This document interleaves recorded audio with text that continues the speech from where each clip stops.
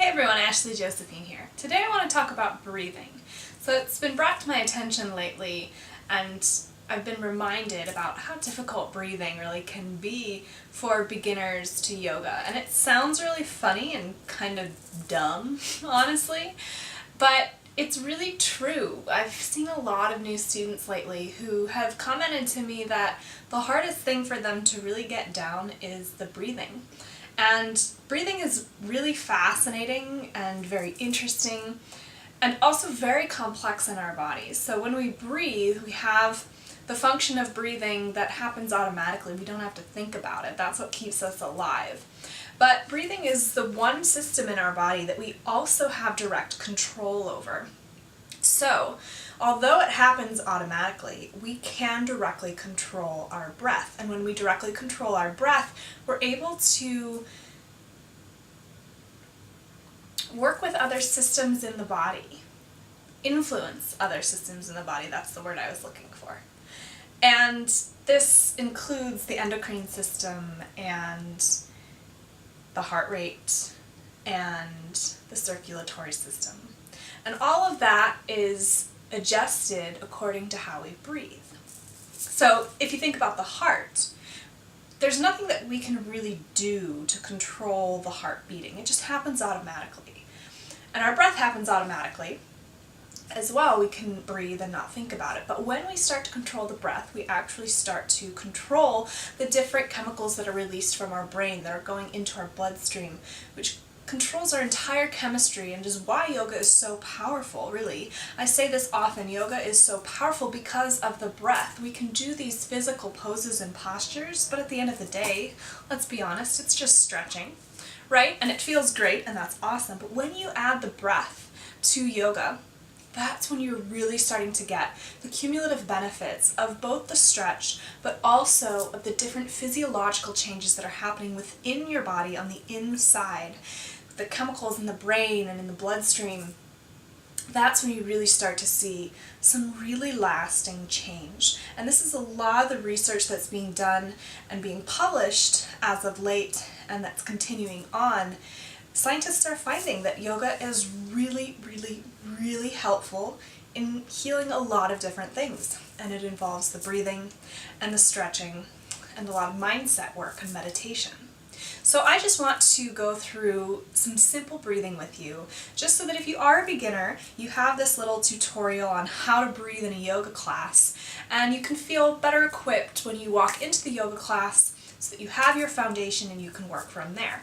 Now it's very hard actually to change our breathing patterns. There's a learning curve, and so just know that if you are new, you might start to notice that the breathing is really difficult for you in a class, and that's totally okay. All you can do is try and work on it and work on it and work on it, and eventually you'll get the hang of it and it will get better. So as a general rule, in Vinyasa yoga, we move one breath to one movement. That means that on an inhale we rise up generally, so inhale arms come up overhead, or inhale we expand, and this is directly related to the belly expanding on the inhale, and I'll get back to that in a moment.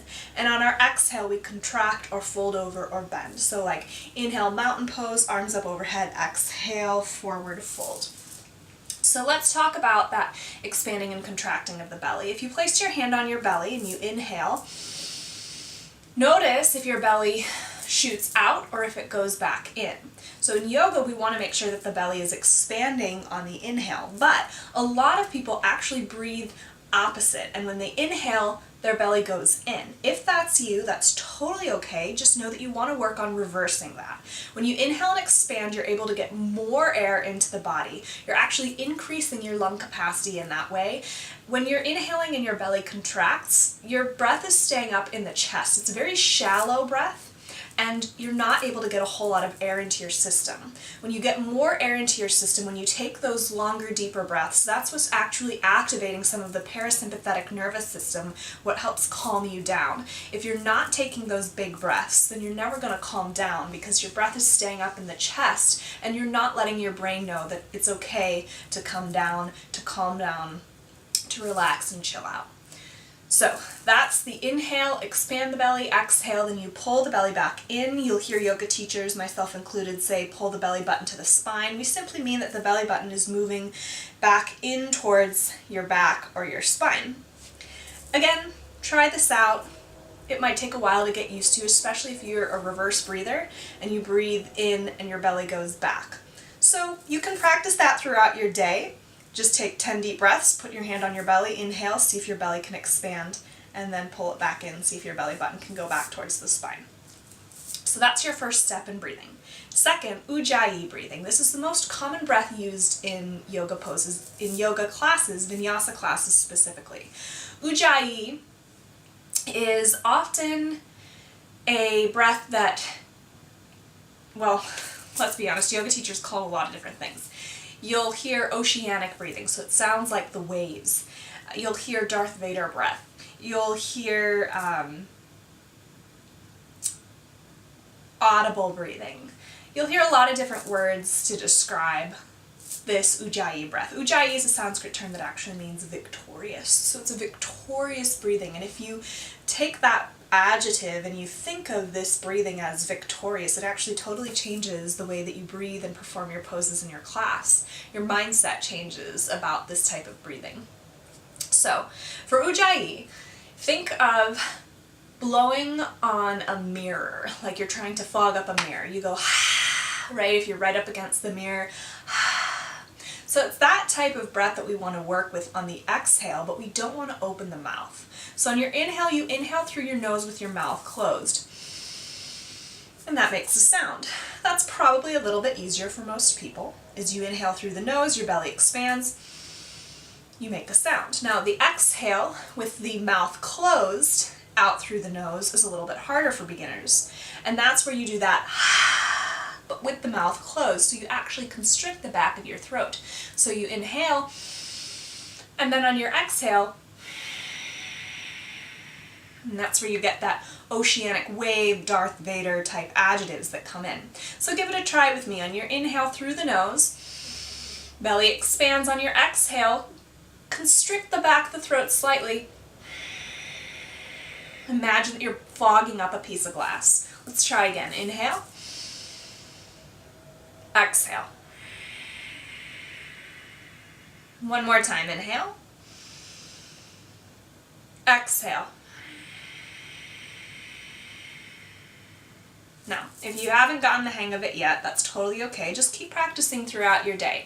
And I know that it sounds funny and weird, and believe me, you could ask my parents and my sister. When I was working on my Ujjayi breathing and I would bring it into my daily life, if ever I got into a stressed out situation or I just felt like I needed to calm down and I would start doing this breathing and my parents or my sister were around, they made fun of me so much. They kept telling me, stop it, what are you doing? That sounds ridiculous, you're scaring me. You know, that's fine. It's really helpful, and even in just those 3 breaths, you might have noticed how you already start to feel a little bit calmer. I hope that you do. So if you are paranoid or a little bit worried about what other people are going to think of you, that's totally okay. Find a quiet place where you can practice. And if you don't care and you're in the office and you want to start breathing like that, do it. You can definitely control how loud your Ujjayi breathing can be and how soft it can be, and that could be a really great exercise for you to try and practice in a public place and see if anybody notices.